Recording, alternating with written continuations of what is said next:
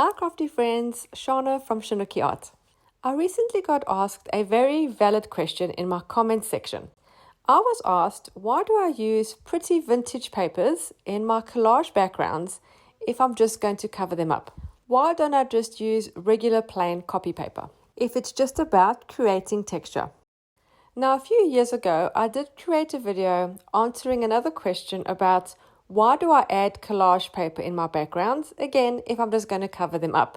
And that was to do with texture and dimension. I will link that video in the description box below. But to answer this new question about the type of collage paper I'm using in my background, I thought I would demonstrate it in a video. For the purpose of this demonstration, I'm going to work on 3 plain index cards. I have a pile of vintage style collage papers that I'm going to use, and then I also have a piece of plain white copy paper. So now the short answer to why I use vintage printed papers or pretty papers as my collage background, if I'm just going to cover it up, is that I don't actually know what the overall end result is going to look like. So when I'm starting the project, like I'm starting these index cards, I don't know where it's going to take me. I usually work quite intuitively. I let the page lead me. Sometimes, yes, I will cover the whole background with gesso and you won't see anything. Sometimes it'll be partially covered up. Other times I'll leave big areas where you can see the background paper. But it's not planned. So I like to have the pretty background papers in case something is peeping through or not totally covered, so it can add interest and dimension. It's also a great starting point. When you have a blank page, it can be overwhelming. You don't actually know where to start or what to do. By sticking down a few pieces of collage, it gets you going. It lets you go on to the next step. It'll lead you into maybe adding a color or another piece. It'll even set the theme of the actual project that you are creating. I see it as the introduction. Like if this was a book, this would be the introduction of the book. It sets the overall tone for how your page, your index card, your altered plain card, whatever you're making is going to look like. So I've started sticking down my collage pieces.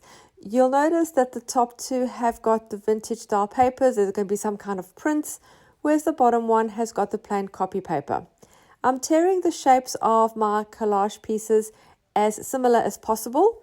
So even though the bottom one is just plain paper, I'm trying to get the shapes the same, and I'm placing everything in the same location on each card.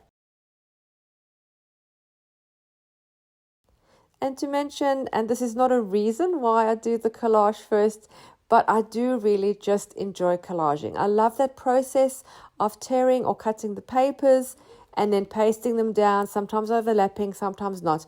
I find that extremely relaxing and therapeutic, and it has now become part of my process.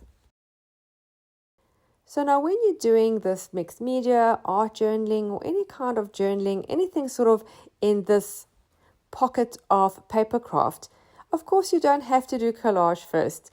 It's not mandatory, it's not right or wrong. This is just the way I do it, and I'm explaining why I do it because I've been asked, and maybe give it a go and see if it changes the way your page looks, if it changes your process. Maybe you enjoy it more, maybe you don't. That's okay too. It's just another way to do something. So just remember, if you don't enjoy doing collage or don't like the way it makes your work look, that's perfectly okay. Leave it out, don't add it. It's not mandatory, and as in all paper crafts and art, there's no right and wrong. Do whatever you enjoy, whatever suits your soul. And then, of course, there's lots of different artists or content creators on YouTube that do it differently for different reasons. Everybody has their own way and their own process. Some of us share it, some of us don't. If anything, I just hope to inspire even just one of you. I think I'm going to leave the collage at that. I'm not going to add any more. I think it's plenty for this demonstration. After I've dried it well, I'm going to go in with my white gesso. I'm going to add a thin layer of gesso using a paintbrush on the top left card that has got some of the vintage print collage papers, and I'm also going to add the gesso on the bottom one that's got the white copy paper. The one on the right I'm going to leave as is. I want to show you the difference between using collage paper with and without the gesso. We are going to add color after this, so I want to have 3 different surfaces for the color. As you can see, I haven't put the gesso solid. I have done it lightly so you can still see that underlying paper. You can see the designs, you can see the colors, but it's not as bold as the one on the right that has no gesso. How I explain it is that the gesso helps to push everything into the background. There's this big difference between the card on the left and the card on the right. And if you had to add a focal point over it now, the focal point, I feel, would be lost on the one on the right because the background is just so in your face. Again, personal opinion. I'm drawing the gesso well, and then I'm going to go in with some color. I'm going to use my oxide inks and some brusho. I've gone for a few tones of green. I'm going to start with the brusho, which is a concentrated watercolor powder. I'm going to sprinkle a little bit onto my index card and then spray some water. And then I'm just going to let it move around.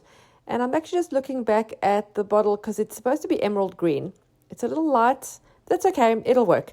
So I'm just letting the color move on its own all over the side of the card, and then I'm just going to dry that first layer of color. I'm now going to add some of the ink. It is in a spray bottle, but I'm not using it in the spray form. I'm just opening the bottle and sprinkling some droplets of the ink onto the index cards. Now you can already see that I've done the same for each card, but each one is totally different.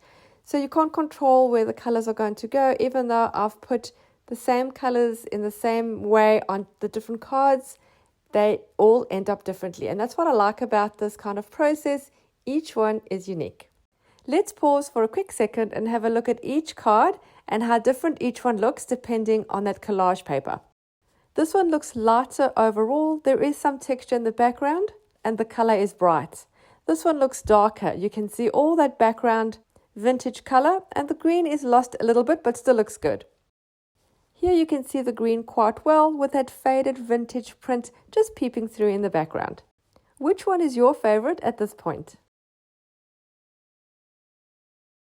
Now I can't help myself, and I am going to add a little bit of gesso in the top right one just to soften some of those areas. This will also create some contrast.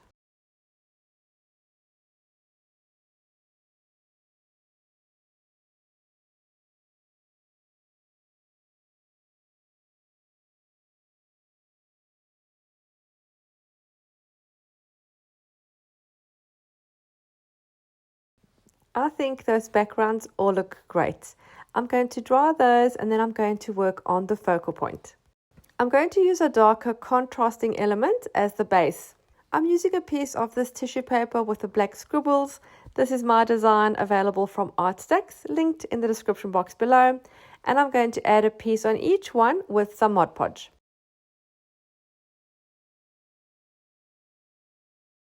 You can see how it stands out more on the left and the bottom one because the backgrounds are lighter. I have these cute leaf prints that are from a Daphne's Diary page, which I think suit this project really well. So I've got a piece for each one, again the same but slightly different.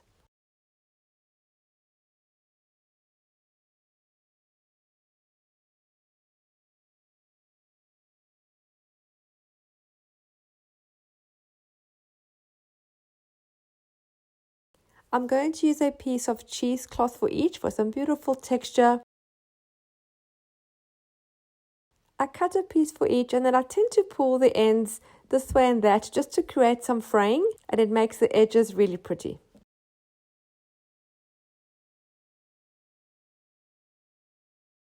And then you may have seen this in the last few videos. I am obsessed and been using it quite a bit.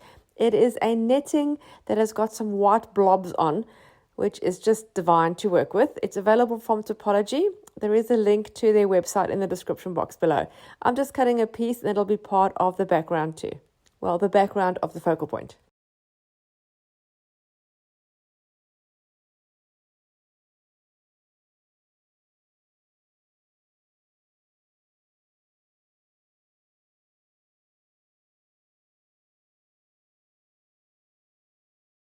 And then I have these cute little prints that are quite vintagey.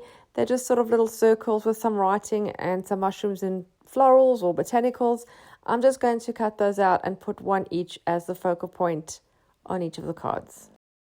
I want some more contrast, so I'm going to add some of that vintage style tape, which is quite bold, but I love what it adds to the overall look. If you'd like to make some of this vintage style tape, I do have a tutorial and I'll link that in the description box below.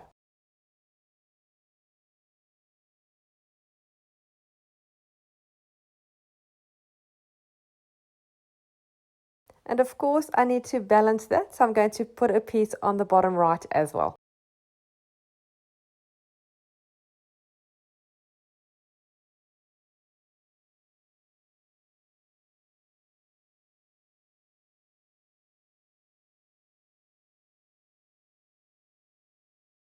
I'm happy with the placement of all the elements. I'm going to stick those down.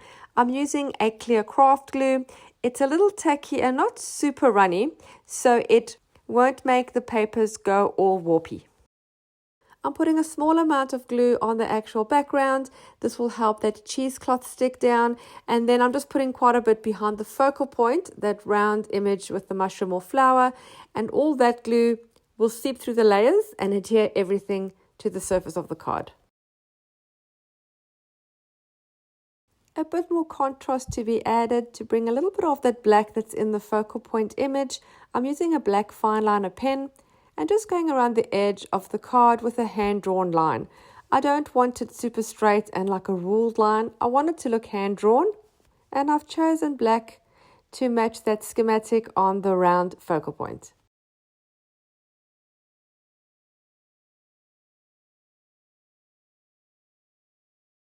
Crafty friends, let me show you a close-up of the final result. I think all three are beautiful overall, but I want you to notice the backgrounds. Some texture here, and it is super bright.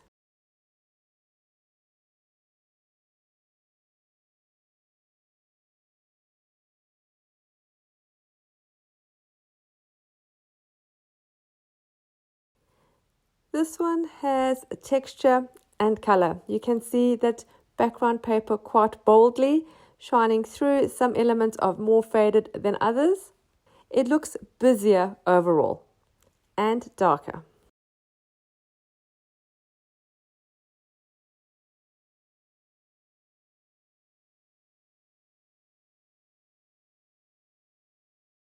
And the last one, which is my favorite and how I normally work, that background paper is light but visible.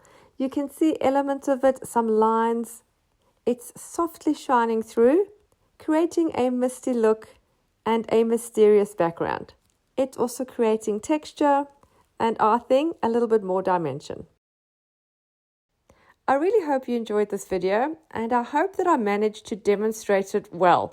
I knew how it is in my head, like it makes sense in my head. It's sometimes difficult though to portray it or to explain it. So I hope I've done it justice, and I hope it was also inspiring. Thank you so much for taking the time to watch. Don't forget to subscribe and hit the little bell so you're notified every time I upload new content. Thanks again for watching. Happy creating, and I'll see you again soon. Bye.